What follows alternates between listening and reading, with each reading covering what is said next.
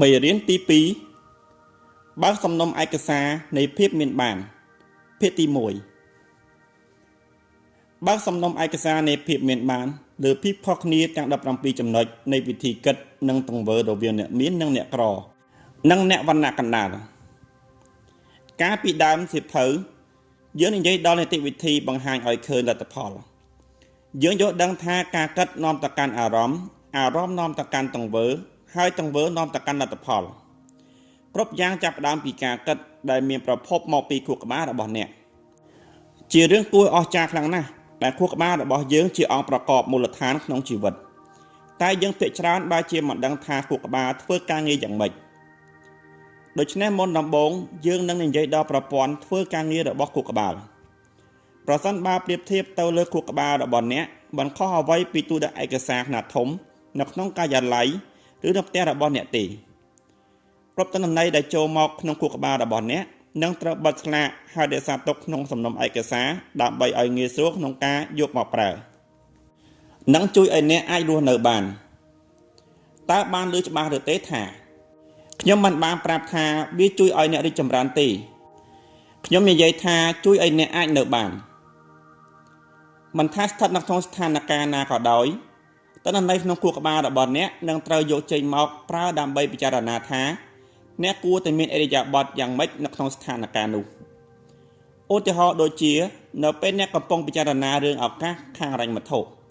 ទិន្នន័យក្នុងសំណុំឯកសារដែលបិទស្លាកថាលុយនឹងត្រូវយកចេញមកប្រើដោយស្វ័យប្រវត្តិហើយអ្នកនឹងអាចសម្រេចចិត្តចេញពីទិន្នន័យនោះថាគួរធ្វើយ៉ាងម៉េចចំពោះការគិតរបស់អ្នកទាក់ទងទៅនឹងរឿងលុយទាំងអស់នឹងត្រូវដាក់បញ្ចូលក្នុងសំណុំឯកសាររឿងលុយហើយក៏មានលក្ខខណ្ឌត្រឹមតែប៉ុណ្ណឹងព្រោះនោះគឺជាទិន្នន័យរឿងលុយទាំងអស់ដែលនៅក្នុងខួរក្បាលរបស់អ្នកនឹងសម្រេចចិត្តតាមដែលអ្នកជឿថាវាមានហេតុផលនិងសមហេតុផលសម្រាប់អ្នកជាប្រក្តីកម្មអំឡុងពេលនោះអ្នកនឹងលួមលោមឲ្យខ្លួនឯងជឿថារឿងដែលអ្នកធ្វើគឺជាជំរើសដ៏ត្រឹមត្រូវប៉ុន្តែបញ្ហាគឺថាជំរើសដ៏ត្រឹមត្រូវរបស់អ្នកនោះ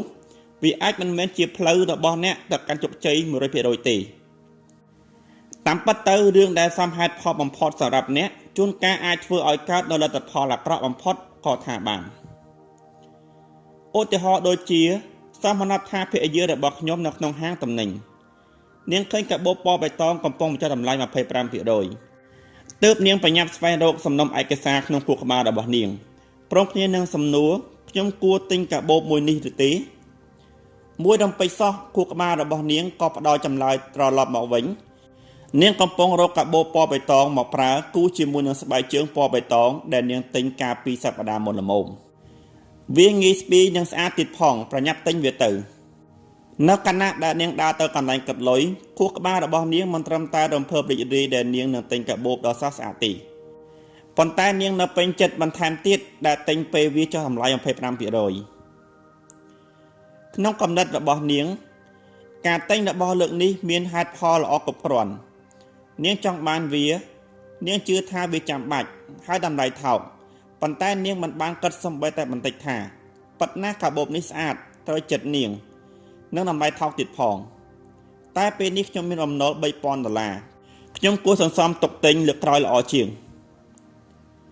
នាងមិនបានគិតដល់រឿងនោះព្រោះឯកសារក្នុងបញ្ជីគំនិតរបស់នាងគ្មានទិន្នន័យផ្នែកនោះ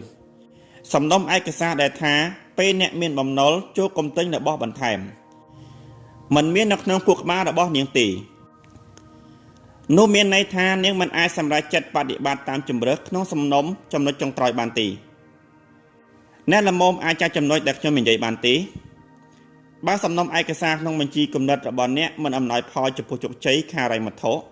អ្នកនឹងគ្មានជំរើសដទៃទេហើយការសម្រេចចិត្តនឹងកើតឡើងដោយស្វ័យប្រវត្តិទៅតាមធម្មជាតិនិងហេតុផលល្អបំផុតសម្រាប់អ្នកតែទីបំផុតវានឹងនាំអ្នកទៅកាន់ហយណៈខាងហិរញ្ញវត្ថុឬល្អបំផុតគ្រាន់តែធ្វើឲ្យអ្នកមានឋានៈមធ្យមតែប៉ុណ្ណោះអ្នកនឹងគ្មានថ្ងៃមានបានជាអតិបរមាបានឡើយផ្ទុយទៅវិញបើបញ្ជីគំនិតរបស់អ្នកផ្ទុកទិន្នន័យដែលផ្ដល់ផលប្រយោជន៍ចំពោះជោគជ័យផ្នែកហិរញ្ញវត្ថុការសម្រេចចិត្តរបស់អ្នកនឹងនាំទៅកាន់ជោគជ័យជាស្វ័យប្រវត្តិនិងជាធម្មតាអ្នកនឹងមិនចាំបាច់ត្រូវគិតអ្វីច្រើនទេវិធីគិតតាមធម្មតារបស់អ្នកនឹងនាំជោគជ័យមកឲ្យអ្នក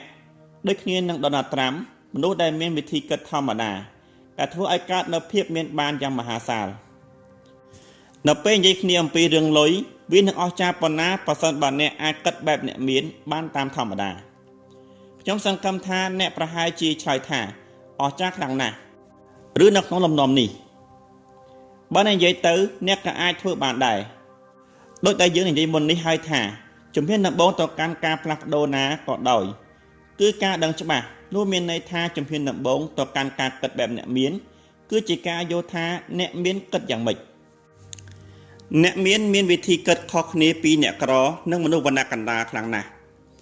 ពួកគេគិតខុសគ្នាលើរឿងលុយភាពមានបានខ្លួនរបស់ពួកគេដទៃនិងគ្រប់ទស្សនៈរបស់ជីវិតក្នុងមេរៀនទី2របស់សៀវភៅមួយក្បាលនេះយើងនឹងត្រួតពិនិត្យភាពខុសគ្នានិងផ្លាស់ប្ដូរគម្រោងខាងហិរញ្ញវត្ថុក្នុងខួរក្បាលអ្នកយើងនឹងបញ្ចូលសំណុំឯកសារនៃភាពមានបាន17ឈុតចូលទៅក្នុងទូឯកសារកំណត់របស់អ្នកនៅពេលមានតន័យថ្មីអ្នកនឹងដឹកដល់ជំរើសថ្មីអ្នកនឹងដឹងតង់ខ្លួនឯងនៅពេលកំពុងគិតបែបអ្នកក្រឬមនុស្សវណ្ណៈកណ្ដាលហើយអាចរួបរวมសតិដើម្បីផ្លាស់ប្ដូរគំនិតរបស់អ្នកឲ្យទៅតាមរបៀបរបស់អ្នកមានចូលចាំទុកថាអ្នកអាចជ្រើសរើសគិតនៅក្នុងផ្លូវដែលគ្រប់គ្រងខ្លួនឯងទាំងផ្នែកសេចក្តីសុខនិងជោគជ័យគោលការណ៍នៃភាពមានបានអ្នកអាចជ្រើសរើសគិតនៅក្នុងផ្លូវដែលគ្រប់គ្រងខ្លួនឯងទាំងផ្នែកសេចក្តីសុខនិងជោគជ័យបានមានរឿងខ្លះដែលខ្ញុំចង់ប្រាប់អ្នកមុនពេលយើងនិយាយបន្តទៀតចំណុចទី1គឺខ្ញុំមិនបានតាំងចិត្តឬមានចេតនាមើលងាយអ្នកក្រឬចង់បង្ហាញពីភាពគ្មានទឹកចិត្តលើភាពលំបាករបស់ពួកគេទេខ្ញុំមិនជឿថាអ្នកមានល្អជាងអ្នកក្រទេពួកគេគ្រាន់តែមានជាងតែគណៈជាមួយគ្នាខ្ញុំក៏ចង់ឲ្យអ្នកយល់ពីចំណុចសំខាន់ទើបខ្ញុំចង់លើកឧទាហរណ៍ភាពខុសគ្នារវាងអ្នកមាននិងអ្នកក្រឲ្យឃើញបានយ៉ាងច្បាស់លាស់បំផុតចំណុចទី2ពេលខ្ញុំនិយាយដល់អ្នកមានអ្នកក្រនិងមនៈកណ្ដាលរឿងដែលខ្ញុំនិយាយដល់គឺការគិតរបស់ពួកគេមនុស្សទាំងនេះមានគំនិតនិងបដកម្មខុសគ្នាយ៉ាងម៉េចខ្ញុំមិនបាននិយាយដល់ចំនួនលុយដែលពួកគេមានឬតម្លៃដែលពួកគេមានចំពោះសង្គមទេចំណុចទី3ខ្ញុំនឹងលើកឧទាហរណ៍បែបទូលាយខ្ញុំដឹងថាអ្នកមាននិងអ្នកក្រគ្រប់គ្នាអាចមិនមែនដូចដែលខ្ញុំនឹងអធិប្បាយជានិច្ចទេគ្រាន់តែចង់ឲ្យច្បាស់នៅក្នុងចិត្តថាអ្នកយល់លើចំណុចដែលខ្ញុំសង្កត់ធ្ងន់ហើយអាចយកវាមកប្រើប្រាស់ក្នុងជីវិតពិតបានចំណុចទី4ភាគច្រើនខ្ញុំនឹងមិននិយាយដល់ពួកវណ្ណៈកណ្ដាលច្រើនប៉ុន្មានទេព្រោះវណ្ណៈកណ្ដាលតែងតែមានគំនិតនិងផ្សេងផ្សំគ្នារវាងអ្នកមាននិងអ្នកក្រតែគោលដៅរបស់ខ្ញុំគឺធ្វើឲ្យអ្នកដឹងច្បាស់ថាខ្លួនអ្នកនៅតាមចំណុចណាហើយងាកទៅគិតបែបអ្នកមានខ្លាំងឡើងប្រសិនបើអ្នកចង់មានឋានៈខាងហិរញ្ញវត្ថុដែលល្អប្រសើរឡើងចំណុចទី5គោលការណ៍ជាច្រើនចំណុចនៅក្នុងផ្នែកនេះអាចមើលទៅស្រដៀងនឹងនិស្ស័យនិងបដកម្មច្រើនជាងវិធីគិតតែចាំទុកថាបដកម្មរបស់យើងជាលទ្ធផលពីអារម្មណ៍ដែលមានប្រភពពីការគិតលទ្ធផលដែលតាមមកគឺគ្រប់ទង្វើដែលនាំទៅកាន់ភាពមានបានដើម្បីតែមានប្រភពពីការគិតបែបអ្នកមានចុងក្រោយខ្ញុំចង់សូមឲ្យអ្នកពេញចិត្តនឹងការដាក់ចុះរឿងដែលអ្នកគិតថាត្រឹមត្រូវខ្ញុំចង់មានន័យថាសូមឲ្យអ្នកឈប់ប្រើវិធីដំណើរជីវិតបែបចាស់របស់អ្នកតើហេតុអ្វីទៅព្រោះវិធីរបស់អ្នកនាំទៅកាន់ចំណុចដែលអ្នកមានដោយសពថ្ងៃនេះបើអ្នកចង់ដូចដើមចូលដំណើរជីវិតបែបចាស់បន្តទៀតចុះប៉ុន្តែបើអ្នកនៅមិនទាន់មាននិងចង់ផ្លាស់ប្ដូរពេលខ្លះនេះអាចដល់ពេលវេលាដែលអ្នកត្រូវពិចារណាជំរើសថ្មីជាពិសេសជំរើសដែលខ្ញុំបង្ហាញសុទ្ធតែមានប្រភពមកពីអ្នកមានខ្លាំងហើយវាបានធ្វើឲ្យមនុស្សរាប់ម៉ឺននាក់មានបានមកហើយអ្វីគ្រប់យ៉ាងស្ថិតទៅលើខ្លួនអ្នកនឹងបានយល់ដឹងវិធីគិតដ៏សែនងាយតែស៊ីជម្រៅរឿងទាំងនេះធ្វើឲ្យកើតនៅការផ្លាស់ប្ដូរយ៉ាងពិតប្រាកដក្នុងក្រុមមនុស្សលើโลกនេះតើខ្ញុំដឹងបានដោយរបៀបណាទៅនៅឯក្រុមហ៊ុន Pack Potential Training របស់ខ្ញុំយើងបានទទួលសម្បត្តិនិងអ៊ីមែលរាប់ពាន់ច្បាប់ក្នុងមួយឆ្នាំដែលប្រាប់ឲ្យយើងដឹងថាសំណុំឯកសារនៃភាពមានបានជួយផ្លាស់ប្ដូរជីវិតរបស់មនុស្សទាំងនោះបានយ៉ាងម៉េចប្រសិនបើអ្នកយល់ដឹងនិងយកមកប្រើខ្ញុំជឿជាក់ថាវានឹងផ្លាស់ប្ដូរជីវិតរបស់អ្នកបានដូចគ្នានៅចុងបញ្ចប់របស់សំណុំឯកសារនីមួយៗអ្នកនឹងឃើញវិធីប្រកាសចេតនារម្យដើម្បីធ្វើឲ្យវាកប់ឬជ្រៅចូលទៅក្នុងខួរក្បាលរបស់អ្នក ក្រៅពីនេះនៅមានចំណុចគួរបប្រតិបត្តិដើម្បីធ្វើឲ្យបានសម្រេចតាមសំណុំឯកសារនៃភាពមានបានចូលទៅក្នុងបញ្ជីនៃការគិតរបស់អ្នករឿងសំខាន់គឺអ្នកត្រូវយកគោលការណ៍នីមួយៗមកប្រើនៅក្នុងជីវិតឲ្យលឿនបំផុតតាមដែលអ្នកអាចធ្វើបានដើម្បីឲ្យតនន័យកប់ជ្រៅរហូតហើយជាទម្លាប់ជាប់ខ្លួនដែលនឹងធ្វើឲ្យកើតនៅការផ្លាស់ប្ដូរដ៏យូរអង្វែងនិងជានិរន្តរ៍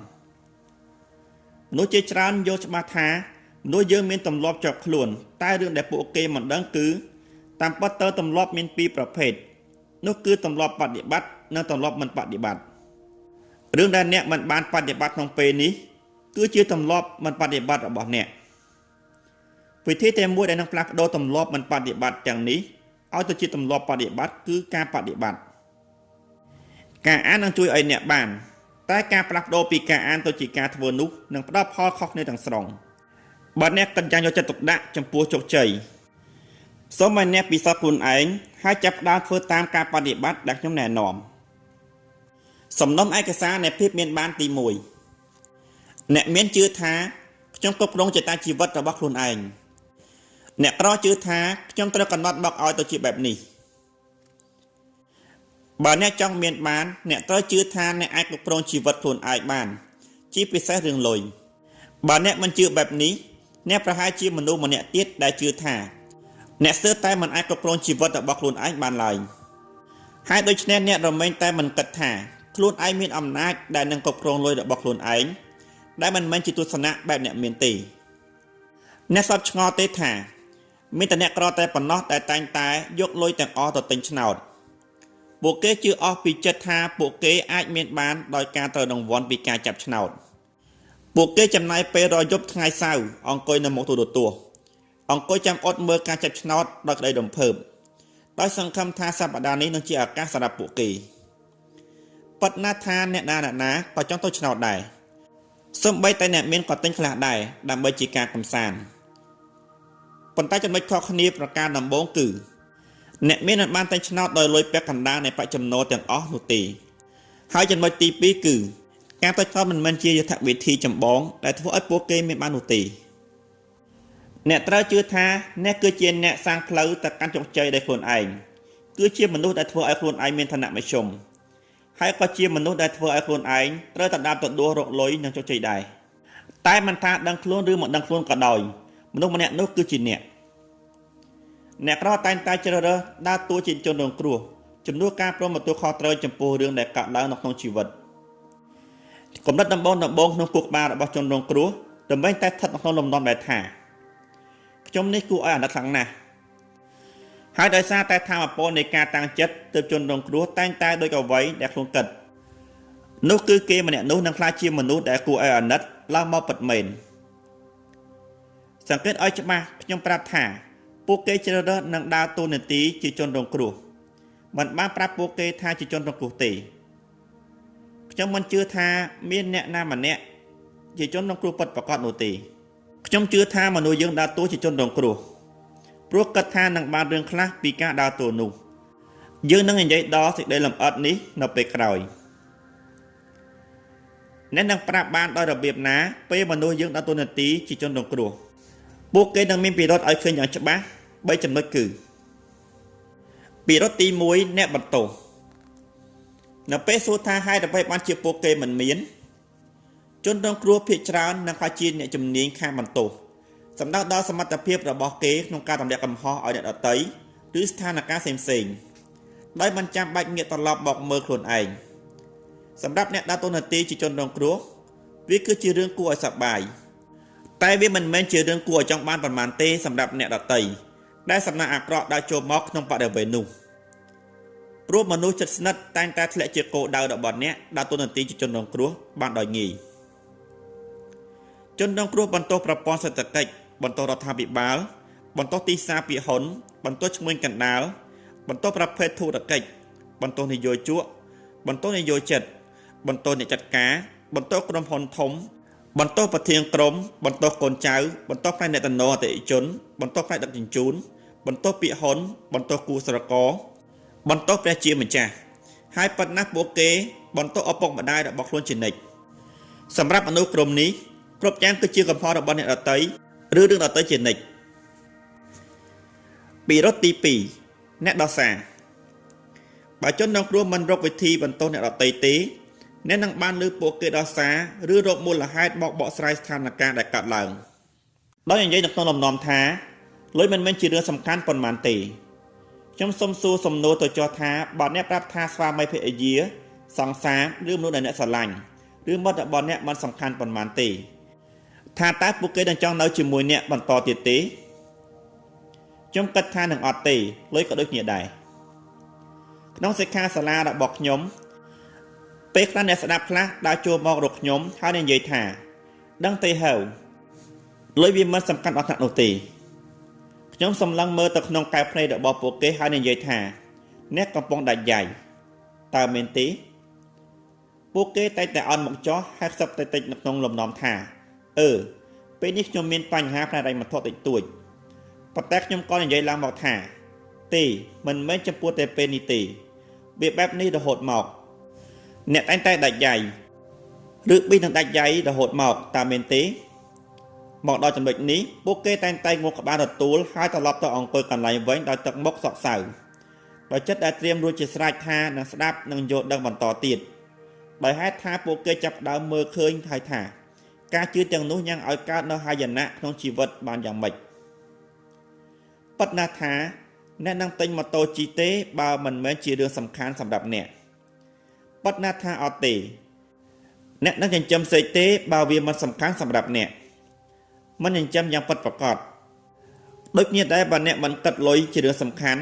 អ្នកក៏គ្មានលុយដែរអ្នកអាចយកទស្សនៈនេះទៅលេងសើចជាមួយនឹងមិត្តរបស់អ្នកបាន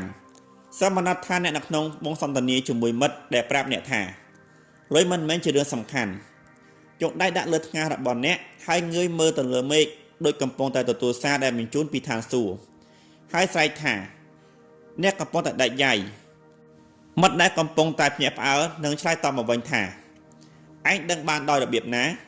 បន្តមកអ្នកលាតដៃចេញមកហើយប្រាប់គេថាចង់ដឹងរឿងអ្វីទៀតទេឲ្យ$50សិនមកជឿបានថាអ្នកណាក៏ដោយដែលប្រាប់ថាលុយមិនមែនជារឿងសំខាន់រំមេចគ្មានលុយអ្នកមានយល់ពីភាពសំខាន់របស់លុយនិងស្ថានភាពខាងសង្គមរបស់វាផ្ទុយទៅវិញអ្នកក្ររកវិធីធ្វើឲ្យការជឿខុសៗរបស់ពួកគេមានហេតុផលដោយភាពជជែក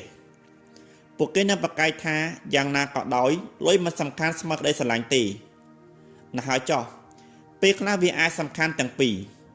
ស្ដាប់ឲ្យច្បាស់ណាលុយគឺជារឿងសំខាន់ខ្លាំងណាស់សម្រាប់គ្រប់រឿងដែលត្រូវប្រើប្រាស់លុយ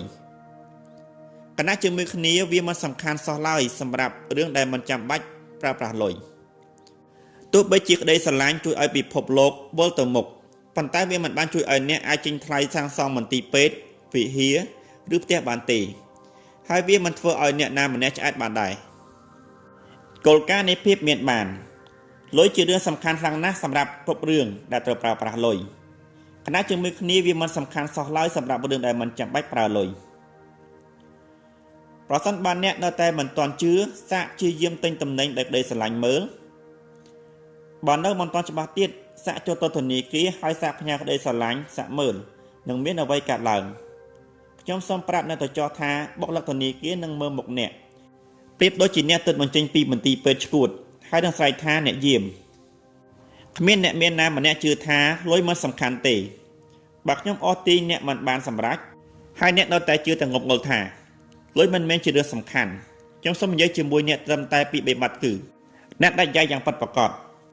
ហើយអ្នកនឹងបានបែបនោះរហូតតតែអ្នកអាចកម្ចាត់សំណុំឯកសារដែលមិនគួរឲ្យចង់បានចេញពីបញ្ជីគំនិតខាងហិរញ្ញវត្ថុរបស់អ្នកបានពីរត់ទី3អ្នកពូកែរអ៊ូការប្រកែរអ៊ូរទាំជារឿងអាក្រក់បំផុតដែលអ្នកធ្វើចំពោះសុខភាពឬឋានៈខាងហិរញ្ញវត្ថុរបស់ខ្លួនឯងអាក្រក់បំផុតឬ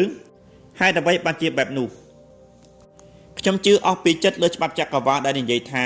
រឿងដែលអ្នកផ្ដល់ភាពសំខាន់នឹងកាន់តែរីកធំឡើងពេលអ្នករអ៊ូអ្នកកំពុងតែផ្ដល់ភាពសំខាន់ទៅលើអ្វីថាតើរឿងល្អនឹងកើតឡើងចំពោះជីវិតឬរឿងអាក្រក់នឹងកើតឡើងនៅក្នុងជីវិត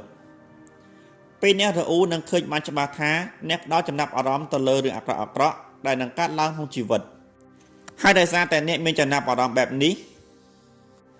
អ្នកនឹងបានទទួលនៅរឿងដែលអ្នកចាប់អារម្មណ៍ដោយប្រការនេះដែរ អ្នកនឹងបានទទួលរឿងអាក្រក់ក្នុងជីវិតច្រើនឡើងដែលជាសច្ចានុម័តអ្នកជំនាញផ្នែកការអភិវឌ្ឍខ្លួនជាច្រើនអ្នកនិយាយដល់ច្បាប់នៃការអូសទាញថារឿងដូចគ្នានឹងអូសទាញរឿងដូចគ្នាមានន័យថាពេលដែលអ្នករអ៊ូរទាំលើរឿងអ្វីស្មើនឹងអ្នកកំពុងអូសទាញភាពបរាជ័យទាំងនោះចូលមកក្នុងជីវិតរបស់អ្នកគោលការណ៍នៃភាពមានបានពេលអ្នករអ៊ូអ្នកកំពុងតែប្រែក្លាយជាមេដៃអូសទាញភាពបរាជ័យធ្លាប់សង្កេតទេថាមនុស្សដែលចូលចិត្តរអ៊ូរមែងតែមានជីវិតដែលពិបាក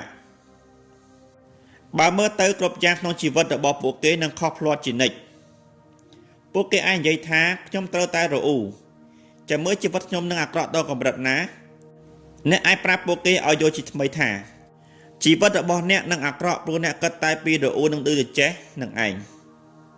ពេលនេះបិទមាត់ទៅហើយកុំចូលមកចិត្តខ្ញុំបើនិយាយទៅខ្ញុំសូមប្រាប់ថាអ្នកមិនគួរចូលទៅពាក់ព័ន្ធជាមួយនឹងមនុស្សពូកែរអ៊ូព្រោះថាអពលអវិជ្ជមានគឺជាជំងឺឆ្លងតែក៏នៅមានមនុស្សជាច្រើនចូលចិត្តទៅពាក់ព័ន្ធជាមួយនឹងមនុស្សពូកែរអ៊ូព្រោះអ្វីហេតុផលងាយៗគឺពួកគេកំពុងរងចាំឲ្យដល់វិញខ្លួនឯងរអ៊ូខ្លះនោះអីនោះប្រភេទនេះនឹងនិយាយឡើងថាឯងថាប៉ុណ្ណឹងអាក្រក់ឬចាំស្ដាប់រឿងរបស់ខ្ញុំសិនទៅខ្ញុំសូមធានាថាកិច្ចការដែលខ្ញុំឲ្យអ្នកធ្វើតទៅនេះនឹងផ្លាស់ប្ដូរជីវិតរបស់អ្នកបានក្នុងរយៈពេល7ថ្ងៃខ្ញុំភ្នាល់នឹងមិនឲ្យអ្នករអ៊ូរឿងអ្វីសោះឡើយអ្នកនឹងមិនត្រឹមតែមិនរអ៊ូចេញមកខ្លាំងៗប៉ុណ្ណោះទេសូម្បីតែការរអ៊ូនៅក្នុងចិត្តក៏គ្មានដែរប៉ុន្តែតែឈប់រអ៊ូរទាំរហូតគ្រប់7ថ្ងៃពេញហេតុអ្វីទៅព្រោះវាអាចនៅមានសារធាតុដែលនៅសេសសល់នៅក្នុងខួរក្បាលកាលពីថ្ងៃមុនហើយសម្រាប់ក្នុងខួរក្បាលទាំងនេះมันបានធ្វើឲ្យដំណើរការលឿនទេវាធ្វើដំណើរការយឺតដូចអណ្ដើកដូច្នេះអ្នកត្រូវចំណាយពេលវេលាមួយរយៈតម្រង់កម្ចាត់វាអស់ខ្ញុំភ្នាល់ជាមួយមនុស្សរាប់ពាន់នាក់ឲ្យសារលបងគោលការណ៍នេះរួចមកហើយខ្ញុំក៏ភ្ញាក់ផ្អើលចំពោះមនុស្សមួយចំនួនដែលត្រឡប់មកប្រាប់ខ្ញុំថាការវឹកហាត់តិចតួចនេះបានផ្លាស់ប្ដូរជីវិតរបស់ពួកគេបានយ៉ាងម៉េចខ្ញុំធានាថាអ្នកមានអារម្មណ៍មហศจรរ្យនៅពេលបានឃើញថាជីវិតរបស់អ្នកល្អឡើងប៉ុណ្ណាពេលអ្នកឈប់ចាប់អារម្មណ៍នឹងរឿងអាក្រក់ហើយឈប់អូសទាញសម្រាប់ជួបក្នុងជីវិតបើអ្នកជាមនុស្សពូកែរអ៊ូពេលនេះកុំគិតឆ្ងាយទៅដល់ចង្អូសទាញជោគជ័យចូលមកក្នុងជីវិតរបស់អ្នកឡើយគ្រាន់តែត្រឡប់មកក្នុងពិភពលោកដែលអព្យាក្រឹតឲ្យបានចាត់ថារីកចម្រើនខ្លាំងពេកហើយការបន្ទោសការដោះសារនិងការរអ៊ូប្រៀបដូចជាថ្នាំបំបត្តិការឈឺចាប់វាគ្រាន់តែជាឧបករណ៍កាត់បន្ថយភាពតប់ប្រមល់និងបន្ថយសម្ពាធពីភាពបរាជ័យប៉ុណ្ណោះសារគិតមើលបើមនុស្សយើងមិនបរាជ័យក្នុងផ្នែកណាមួយទេគេនឹងនាងនឹងបន្ទោសរកលេសដោះសារឬរអ៊ូទេចម្លើយច្បាស់ឡើងណាស់គឺអត់ទេចាប់ពីពេលនេះទៅបើអ្នកឃើញថាខ្លួនឯងផ្ដើមបន្ទោសរកលេសដោះសារឬរអ៊ូរទាំជួបបញ្ញាបញ្ឈប់ភ្លាមដាស់តឿនខ្លួនឯងថាអ្នកជាអ្នកកំណត់ជីវិតខ្លួនឯងអ្នកអាចអូសទាញជោគជ័យឬកំហុសឆ្គងចូលមកក្នុងជីវិតបានគ្រប់ពេលវេលាទើបនេះគឺជារឿងសំខាន់ខ្លាំងណាស់ដែលអ្នកត្រូវជ្រើសរើសប្រើគំនិតនិងពាក្យសម្ដីដោយភាពឆ្លៀសវៃពេលនេះអ្នកត្រៀមរួចរាល់ដើម្បីស្ដាប់រូបមន្តសម្ងាត់មួយនៅក្នុងចំណោមរូបមន្តសម្ងាត់ដ៏អស្ចារ្យបំផុតនៅក្នុងលោកឬនៅតើអ្នកបានត្រៀមរួចជាស្រេចហើយឬនៅចូលតាំងចិត្តអានឲ្យល្អក្នុងលោកនេះគ្មានជនរងគ្រោះណាដែលជាអ្នកមានទេយល់ទេជនរងគ្រោះគ្មានផ្លូវអាចមានបានទេគោលការណ៍នៃភាពមានបានពិភពលោកនេះគ្មានជនរងគ្រោះដែលជាអ្នកមានទេហេតុអ្វីមនុស្សយើងចូលចិត្តធ្វើឲ្យខ្លួនធ្លាក់ជាជនរងគ្រោះចម្លើយគឺចំណាប់អារម្មណ៍សំខាន់ណាស់យើងគ្រប់គ្នារស់នៅដើម្បីវាក្នុងប្រការជាច្រើនហើយមូលហេតុធំដែលមនុស្សយើងចូលចិត្តទាមទារចំណាប់អារម្មណ៍ព្រោះយើងយល់ពាក្យថាចំណាប់អារម្មណ៍ដែលនេះគឺជាកំហុសឆ្គងកើតឡើងចំពោះពួកយើងស្ទើរតែគ្រប់គ្នារួចមកហើយនោះយើងគឺជារបបច្របល់រវាងចំណាប់អារម្មណ៍និងក្តីស្រឡាញ់ជឿខ្ញុំចោះវាមិនអាចទៅរួចទេដែលយើងនឹងមានសេចក្តីសុខនិងសម្រេចជោគជ័យយ៉ាងពិតប្រាកដខណៈដែលយើងនៅស្វែងរកចំណាប់អារម្មណ៍គ្រប់ពេលវេលាព្រោះថាបើរឿងដែលយើងចង់បានគឺចំណាប់អារម្មណ៍ពិតជីវិតអ្នកនឹងនៅក្នុងកណ្ដាប់ដៃអ្នកដទៃមនុស្សប្រភេទនេះពេលច្រើននៅមិនចាប់ដោយការធ្វើជាអ្នកយកចិត្តអ្នកដទៃនិងទាមទារឲ្យការចាប់អារម្មណ៍ពីអ្នកដទៃទាំងងងឹតងងុលការទាមទារចំណាប់អារម្មណ៍គឺជាប្រភពនៃបញ្ហាព្រោះមនុស្សយើងតែងតែធ្វើអ្វីល្ងងល្ងងដើម្បីបានមក ដោយហេតុនេះទើបយើងគួរតែវេញញែកចំណាប់អារម្មណ៍នឹងក្តីស្រឡាញ់ចេញពីគ្នាអតីតស្រេចដោយហេតុផលជាច្រើនប្រការប្រការទី1អ្នកនឹងសម្រេចជោគជ័យខ្លាំងឡើងប្រការទី2អ្នកនឹងមានសេចក្តីសុខខ្លាំងឡើងហើយប្រការទី3អ្នកនឹងអាចរកឃើញនៅក្តីស្រឡាញ់ពិតប្រាកដក្នុងជីវិតពេលច្រើនពេលមនុស្សយើងច្របូកច្របល់រវាងក្តីស្រឡាញ់និងចំណាប់អារម្មណ៍ពួកគេតែងតែមិនបានស្រឡាញ់គ្នាប្រកបដោយអត្ថន័យពិតប្រាកដទេពេលច្រើនពួកគេស្រឡាញ់លើកិត្តិយសរបស់ខ្លួនឯងច្រើនជាងដូចជាខ្ញុំស្រឡាញ់ចូលចិត្តរឿងដែលខ្ញុំធ្វើដើម្បីខ្ញុំដូច្នេះទើបសម្ព័ន្ធភាពគឺជារឿងសំខាន់របស់ខ្លួនអ្នកមិនមែនរឿងរបស់គេទេហើយក៏មិនមែនជារឿងរបស់អ្នកទាំងពីរដែរនៅពេលអ្នកវេកញែកចំណាប់អារម្មណ៍នឹងក្តីស្រឡាញ់ចេញពីគ្នាបានអ្នកនឹងអាចស្រឡាញ់អ្នកដទៃលើរឿងដែលពួកគេមានមិនមែនព្រោះតែរឿងដែលពួកគេធ្វើដើម្បីអ្នកឡើយដោយតែខ្ញុំបាននិយាយរួចហើយថាជនរងគ្រោះគ្មានផ្លូវមានបានទេដូច្នេះដើម្បីរក្សាស្ថានភាពរបស់ជនរងគ្រោះទុក